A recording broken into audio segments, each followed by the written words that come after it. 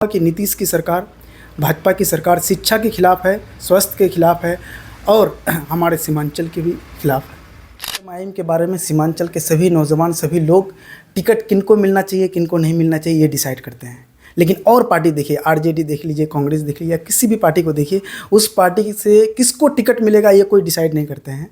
ये कोई भी ना सोशल मीडिया में या ऐसे लोग बोलते हैं। लेकिन एआईएमआईएम के बारे में सोशल मीडिया में, फेसबुक में देखिएगा कि बहादुरगंज विधानसभा से इनको टिकट मिलना चाहिए, ठाकुरगंज से इनको मिलना चाहिए, क्योंकि वहाँ पर मतलब स्ट्राइक भी किए, वहाँ ओवैसी साहब उतरे भी थे नदी में। आज देखिए खाड़ी पुल बन के तैयार है। कहें कि एक मुसलमानों की पार्टी है, तो क्या मुखिया हसन रियाज साहब सेक्युलर नहीं है जो जाकर एक मुसलमान की पार्टी को ज्वाइन किया है? पार्टी का जो मतलब क्या बोलते हैं लोकप्रियता है, वो था भी, है भी, और पहले से ज़्यादा है। वो लोग छोड़ के गए हैं तो कोई बात नहीं, लेकिन उनसे ज़्यादा लोकप्रियता आ चुका है, क्योंकि लोगों को अब विश्वास आ गया है कि अपने हक के लिए कोई लड़ने वाला है तो वो एआईएमआईएम है। अस्सलाम वालेकुम, आदाब। मैं रियाज राही और आप सभी का स्वागत है आपका अपना चैनल अपना गांव में।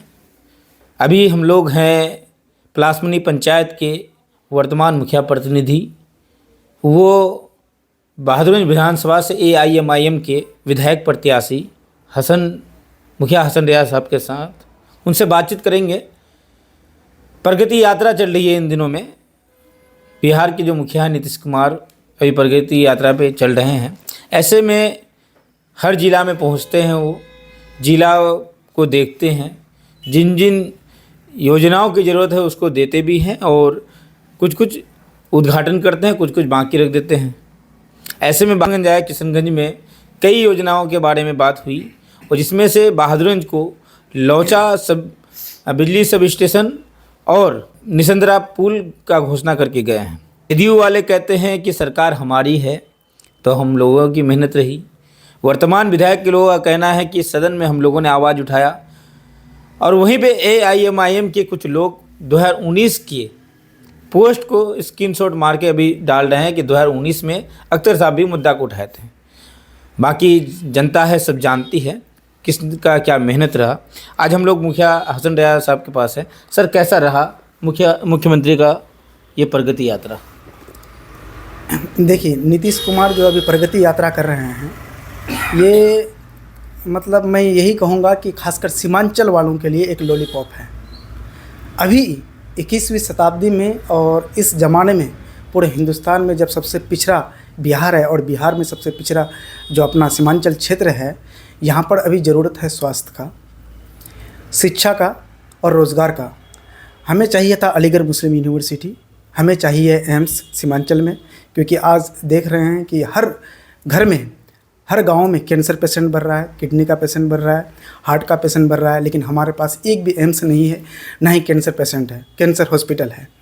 और अलीगढ़ मुस्लिम यूनिवर्सिटी जो यूपीए सरकार जब थी डॉक्टर मनमोहन सिंह के अगुवाई में, 2013 में ही अलीगढ़ मुस्लिम यूनिवर्सिटी को मतलब 136 करोड़ रुपया आवंटित किया गया था। लेकिन अभी एनडीए सरकार, हम तो यही कहेंगे कि ये शिक्षा के खिलाफ है एनडीए सरकार, और जो पढ़े लिखे हैं उन लोगों के खिलाफ है। यूजीसी में भी देखिएगा, यूजीसी बजट 66% यूजीसी बजट को कम कर दिया गया है। और अलीगढ़ मुस्लिम यूनिवर्सिटी को जो 136 करोड़ रुपया आवंटित करना था, मात्र 10 साल में 10 करोड़ रुपया आवंटित किया है। तो मैं यही कहूँगा कि नीतीश की सरकार, भाजपा की सरकार शिक्षा के खिलाफ है, स्वास्थ्य के खिलाफ है और हमारे सीमांचल के भी खिलाफ है। हाँ मुखिया जी, बहुत बड़ी बात कहे अभी कि ये हो सकता है कि लॉलीपॉप हो, क्योंकि अभी चुनाव को महज 5 से 7 महीना या 10 महीना बचा है और अभी आकर के मुख्यमंत्री का प्रगति यात्रा, उसके साथ ही साथ कई योजनाओं का जो ज़रूरत की वो भरी योजनाएं थी उनका करना, अब होना नहीं होना, कब काम होगा नहीं होगा, क्योंकि अक्सर ये देखा जाता है कि जब चुनाव नज़दीक आता है तो शिलान्यास बढ़ जाता है। चलिए बात करेंगे हम लोग मुखिया जी के बारे में। मुखिया जी अचानक से राजनीति में आए, पहले एमबीबीएस कर रहे थे, अचानक से राजनीति में आए, राजनीति में आकर के सीधा मुखिया बने, मुखिया के बाद विधानसभा प्रत्याशी बन गए।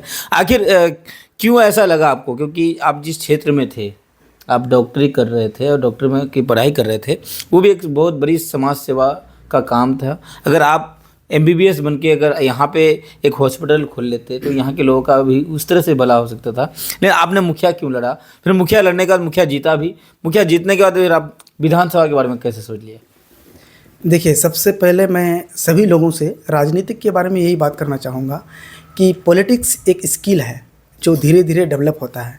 ये ऐसा नहीं पहले होता था कि कोई एक ऐसा नेता जो मतलब गुंडागिरी किया या एक बार जेल गया या कहीं कुछ दबंगगिरी कर दिया तो उसको लोग नेता मानते थे और उनको किसी न किसी पद में चुन भी लेते थे। तो मैं यही कहूँगा कि आज के ज़माने में अगर ऐसे लोगों को चुना जाए तो वो लोग नेतागिरी नहीं करेंगे बल्कि वो एक राज करेंगे। या फिर आप कोई ये नेतागिरी कोई बिजनेस नहीं है कि आप बिजनेसमैन हैं, आपके पास पैसा है, टिकट खरीद लिए और आप मतलब पार्टी किसी भी पार्टी में आए, टिकट खरीदे और विधायक बन गए, तो वो भी मतलब नेतागिरी वो नहीं कर सकता है, वो भी एक बिजनेसमैन है। तो इसलिए मैं जब से मैं पढ़ाई कर रहा था, स्कूलिंग लाइफ से हो या यूनिवर्सिटी लाइफ से हो, वहाँ से मैंने ये स्किल डेवलप किया है धीरे धीरे। इसलिए मतलब आज नहीं, अचानक मतलब ये मेरा प्लानिंग नहीं हुआ। मेरा बचपन से जब मैं स्कूलिंग में था तभी से मेरा प्लानिंग था कि मैं जब यहाँ से जाऊँगा तो सर्व करूँगा समाज में रह करके। लेकिन जो सर्व का सबसे अच्छा प्लेटफॉर्म जो है वो है पॉलिटिक्स, क्योंकि यहाँ पर पॉलिटिक्स जो है जन जन से, आम लोगों से जुड़ा जाता है। अच्छा मुखिया जी, एक बात, ये MIM है और MIM को यहाँ पे लोग बदनाम किए हुए हैं या बदनाम भी हैं कि कैंडिडेट बहुत सारे हो जाते हैं, इसमें टिकट किसी एक को मिलता है। जी, हर पार्टी का ये मामला था, लेकिन इस पर आरोप भी लगाया था कि पैसा लेकर के टिकट देता है। जी। आपके साथ क्या कुछ हुआ है, डीलिंग वगैरह हुआ है क्या, कि ऐसे आपको आ गए हैं आपको टिकट मिल जाएगा, ऐसा कुछ बोला गया है पार्टी की तरफ से? देखिए, AIMIM के बारे में सीमांचल के सभी नौजवान, सभी लोग टिकट किनको मिलना चाहिए किनको नहीं मिलना चाहिए ये डिसाइड करते हैं। लेकिन और पार्टी देखिए, RJD देख लीजिए, कांग्रेस देख लीजिए, या किसी भी पार्टी को देखिए, उस पार्टी से किसको टिकट मिलेगा ये कोई डिसाइड नहीं करते हैं। ये कोई भी ना सोशल मीडिया में या ऐसे लोग बोलते हैं, लेकिन AIMIM के बारे में बोलते हैं। तो मैं यही कहूँगा कि सीमांचल वालों कि AIMIM एक अपना पार्टी है, इसलिए हम डिसाइड करते हैं कि नहीं, इनको नहीं उनको मिलना चाहिए। लेकिन कोई भी विधानसभा हो, मिलेगा तो किसी एक को, जो बेहतर कैंडिडेट है उनको दिया जाएगा टिकट। आपका कहना ये है कि बाकी पार्टियों का टिकट पटना और दिल्ली से आता है, लेकिन ये टिकट आप हक जता करके ले सकते हैं, हक जता करके। इसलिए इसमें बहुत सारी बदनामियां भी आती हैं। जी, बहुत सारी बदनामी आती है। लोग मतलब देखिएगा सोशल मीडिया में, फेसबुक में देखिएगा कि बहादुरगंज विधानसभा से इनको टिकट मिलना चाहिए, ठाकुरगंज से इनको मिलना चाहिए, क्योंकि ये अपना पार्टी है। इसलिए मैं सभी नौजवानों से कहना चाहता हूँ कि AIMIM के झंडे के तले आइए, एक मुत्तहिद हो जाइए और मतलब जो भी आपका हक है, हक मांगिए। आप देखिएगा कि खाड़ी पुल, सिरसी पुल बहुत दिन से रुका हुआ था, लेकिन अवीसी साहब आए, वहाँ पर मतलब स्ट्राइक भी किए, वहाँ अवीसी साहब उतरे भी थे नदी में। आज देखिए खाड़ी पुल बन के तैयार है, सिरसी पुल बन के तैयार है। मैं ये नहीं कहूँगा कि सिर्फ अवीसी साहब या अख्तर साहब ही बनाए हैं, लेकिन बहुत बड़ा योगदान रहा है। AIMIM का बहुत बड़ा योगदान रहा है कि सिरसी पुल, खाड़ी पुल आज बन के तैयार है। ये बहुत सारे लोग बोलते हैं कि एक मुसलमानों की पार्टी है, तो क्या मुखिया हसन रियाज साहब सेक्युलर नहीं है जो जाकर एक मुसलमान की पार्टी को ज्वाइन किया है?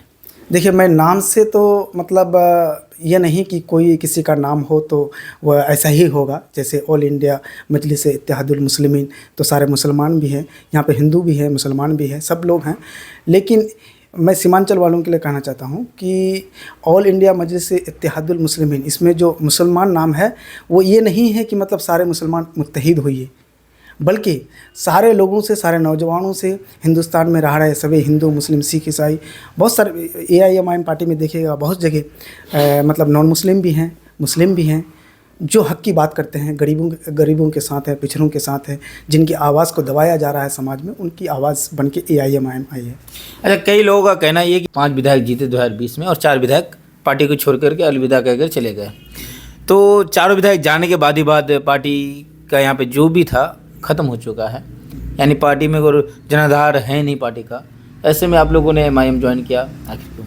नहीं लगता है कि कुछ है, नहीं वोट मिलेगा अब MIM को? और पार्टी का जो वोट बैंक है, पार्टी का जो मतलब क्या बोलते हैं लोकप्रियता है, वो था भी, है भी, और पहले से ज़्यादा है।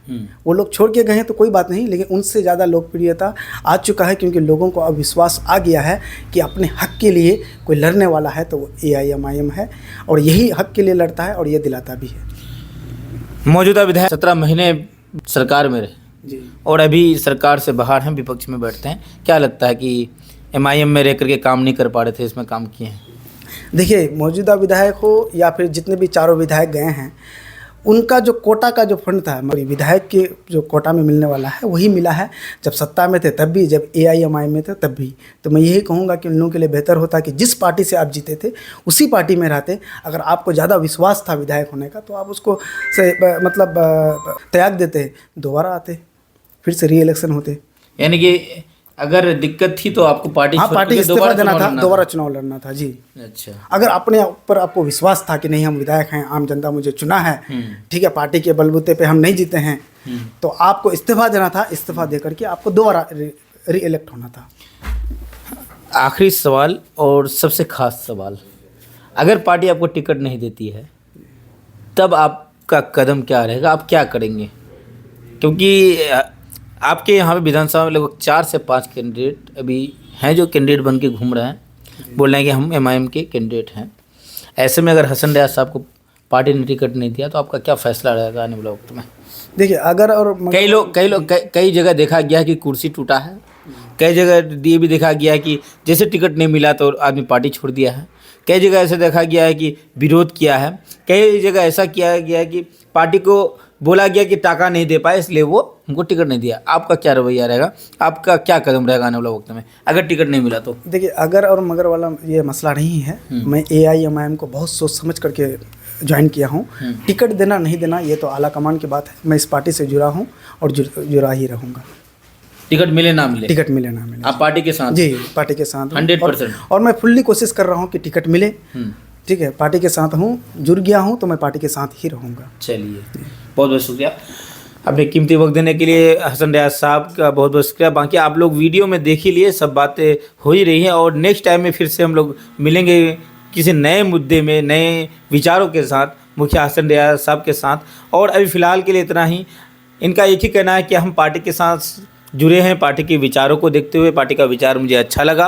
पार्टी एक ऐसी पार्टी जिसमें हम लोग हक से अपना हक मांग सकते हैं, हक बोल सकते हैं, इसलिए हम लोगों ने MIM को ज्वाइन किया है, इनका ये कहना है। आगे अगर आप लोगों को वीडियो अच्छा लगे तो वीडियो को ज़्यादा से ज़्यादा शेयर करें। मैं आपका दोस्त रियाज राही, आपका अपना चैनल अपना गाँव से। खुदा हाफिज़।